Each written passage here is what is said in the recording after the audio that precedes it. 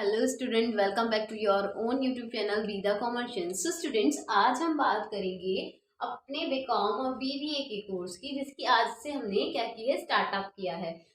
जिसमें आज हम सब्जेक्ट्स लेंगे क्या, business law.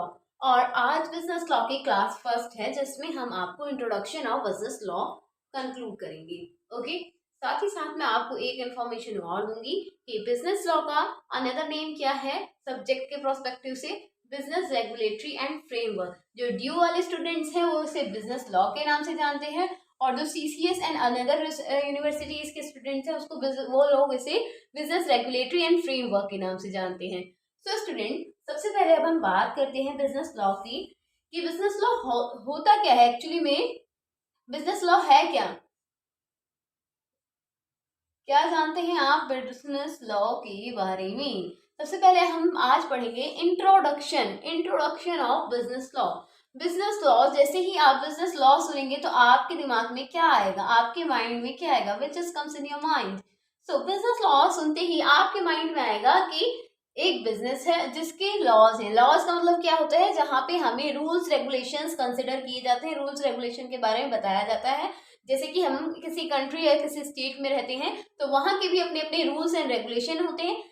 As usual business, जब हम कोई बिजनेस परस्यू करते हैं तो वहां के भी बहुत से रूल्स एंड रेगुलेशंस होते हैं जिनको हमें परस्यू करना होता है। और उनको फुलफिल भी करना होता है। तो जब भी हम किसी बिजनेस में एंटर करते हैं, या भी जब भी हम कभी किसी बिजनेस ट्रांजेक्शन में एंटर करते हैं, as a sale purchase and another work any contract, तो हमें क्या फॉलो करना पड़ता है, बिजनेस लॉ को फॉलो करना पड़ता है।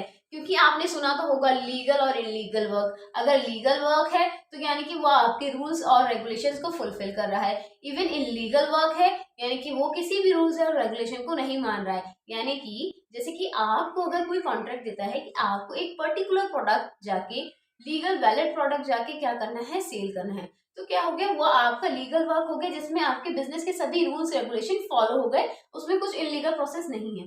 बट अगर कोई आपसे कॉन्ट्रैक्ट करता है कि आपको जाके किसी इंसान का मर्डर करना है, तो मर्डर करना क्या है, एक इलीगल वर्क है ना, तो इसीलिए आप उसमें बिजनेस के रूल्स एंड रेगुलेशन को फॉलो नहीं कर रहे होंगे, तो वो एक इलीगल वर्क में कंसिडर किया जाएगा। तो ताकि लोगों को ये कंक्लूजन से दूर, इस कंफ्यूजन से वो लोग दूर हो जाएं कि क्या लीगल और क्या अनलीगल होता है एक बिजनेस के अंदर, किस किस काम को हमने लीगल वैलिडिटी दी है हमारे गवर्नमेंट ने, और किस किस वर्क को अनलीगल वैलिडिटी दी है, इसको कंसिडर करने के लिए बिजनेस लॉ को पढ़ाया और समझाया जाता है सभी स्टूडेंट्स को। क्योंकि अगर आप कॉमर्स स्ट्रीम में, दैट मीन्स आप आगे जाके बिजनेस की फील्ड में कुछ ना कुछ करने वाले हैं, वहां जाके अपना आप फ्यूचर देखते हैं, तो इसीलिए आपको पूरी नॉलेज होनी चाहिए कि बिजनेस के कौन से वर्क लीगल होते हैं, कौन से इलीगल होते हैं, क्या क्या प्रोसीजर उनको फॉलो करना पड़ता है एक अच्छे बिजनेसमैन को। अब हम सबसे पहले जान लेंगे डेफिनेशन, क्या कहते हैं, meaning of business law. Meaning of business law में एक अदर इंफॉर्मेटिव चीज बताऊंगी आपको कि बिजनेस लॉ को सिर्फ बिजनेस लॉ के नाम से ही नहीं, साथ ही साथ इसको इंडियन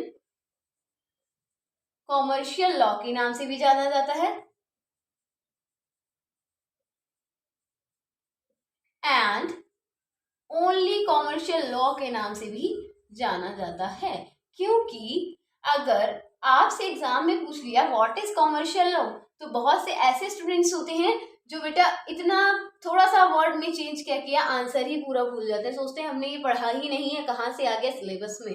तो ऐसा नहीं करना है। Now you are in college, first semester में हो, स्कूल पास आउट करके आए हो, तो डोंट वरी अबाउट इट।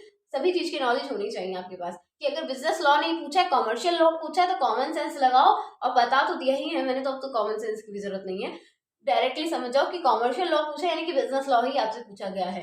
क्योंकि बेटा ये स्कूल नहीं है, बोर्ड नहीं है, कॉलेज लाइफ आ गई, डायरेक्टली कुछ नहीं मिलेगा, सब कुछ इनडायरेक्टली मिलेगा। आपको अपने माइंड पे फोकस डाल के सोचना पड़ेगा कि अगर आपने पढ़ा है तो आप किसी भी आंसर को छोड़ के नहीं आएंगे, किसी भी क्वेश्चन में ये नहीं सोचेंगे कि आपने नहीं पढ़ा है, आपसे नहीं होगा। नो, आप मेरी क्लासेस में हैं तो खास तौर से आपको हर एक क्वेश्चन को आंसर करना ही होगा।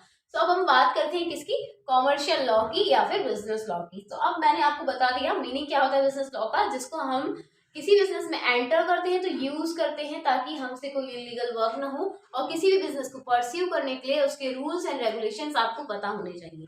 तो अब हम बात करेंगे मीनिंग ऑफ बिजनेस लॉ की। What is meaning of business law? So अब हम जानेंगे मीनिंग ऑफ कॉमर्शियल लॉ या फिर बिजनेस लॉ। सो साथ ही साथ बच्चों, जैसे मैंने आपको बताया था मीनिंग यानी कि अनदर नेम बताया था कॉमर्शियल लॉ, बताया था क्या अनदर नेम बिजनेस का, बिजनेस लॉ का। साथ ही साथ इसका एक अनदर नेम और भी है जिसको बोलते हैं मर्सेंटाइल लॉ। मर्सेंटाइल लॉ भी जहाँ लिखा होगा वहां भी आप यही समझेंगे कि आपसे बिजनेस लॉ ही पूछा है। क्या पूछेंगे अगर आपसे मर्सेंटाइल लॉ दिया होगा?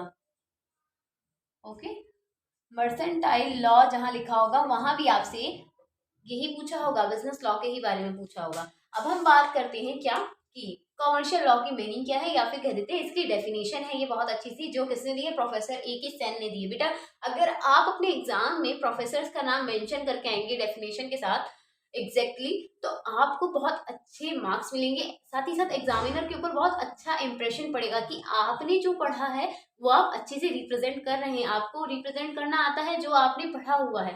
अब हम बात करेंगे डेफिनेशन या फिर मीनिंग ऑफ कॉमर्शियल लॉ की।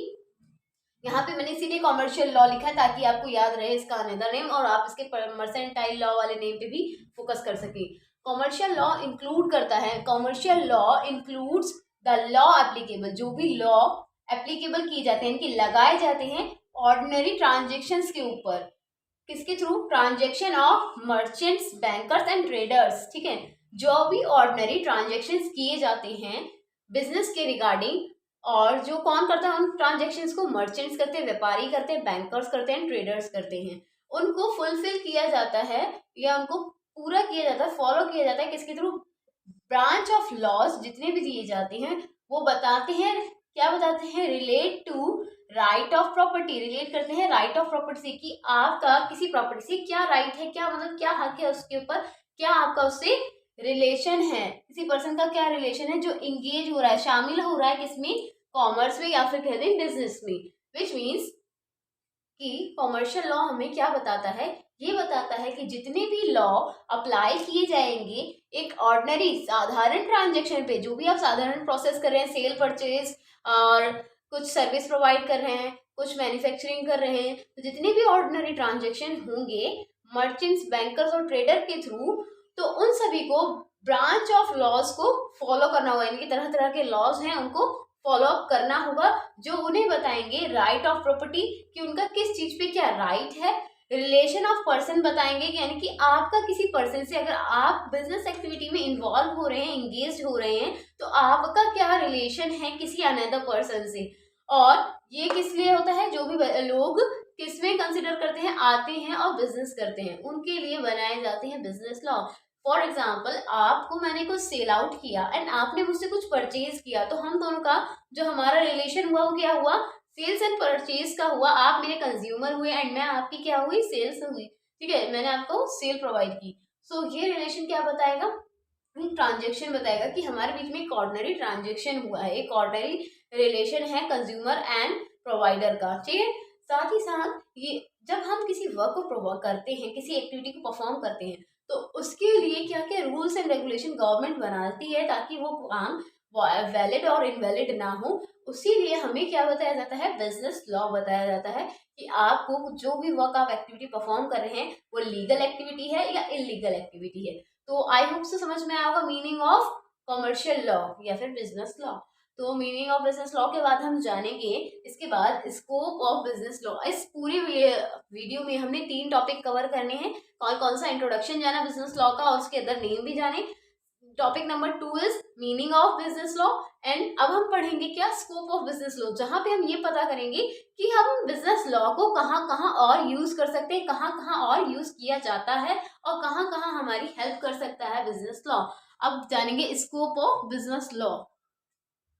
सो बच्चा, बिजनेस लॉ लॉ के जो स्कोप है, ये हमारा business law mainly 10 to 11 places पे लाइअप करता है, यानी कि 10 से 11 जगह पे इनको यूज किया जाता है। सबसे पहला क्या आ जाएगा? हमारा सबसे पहला जो होगा कॉन्ट्रैक्ट एक्ट होगा। कॉन्ट्रैक्ट एक्ट में भी हम क्या करते हैं? यूज करते हैं किसका? बिजनेस लॉ का। कॉन्ट्रैक्ट एक्ट में लॉ किया यूज किया जाता है बिजनेस लॉ का।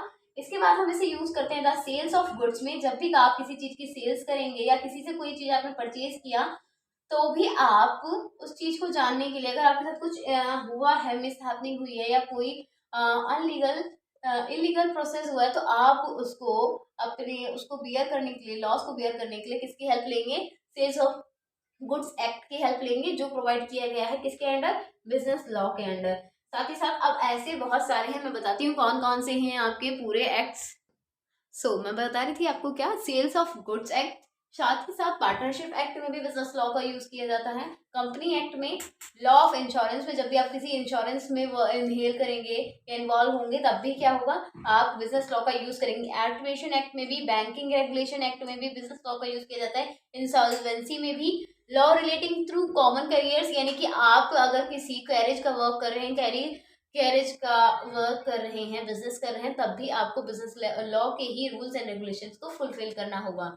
एंड पेटेंट, ट्रेडमार्क या कॉपीराइट जैसी चीजें होती हैं जो, उसमें भी अगर कोई लॉ है तो आपको बिजनेस लॉ का ही लॉ उसमें फॉलो करना होगा। तो ये था हमारा पूरा क्या, इंट्रोडक्शन ऑफ बिजनेस लॉ। अब हम इन सभी एक्ट के बारे में बिजनेस लॉ के अंदर पढ़ेंगे अपने नेक्स्ट वीडियो में, जिसमें हम अलग अलग टॉपिक्स के बारे में जानेंगे। तो ये तो सिर्फ था आपका इंट्रोडक्शन ऑफ बिजनेस लॉ।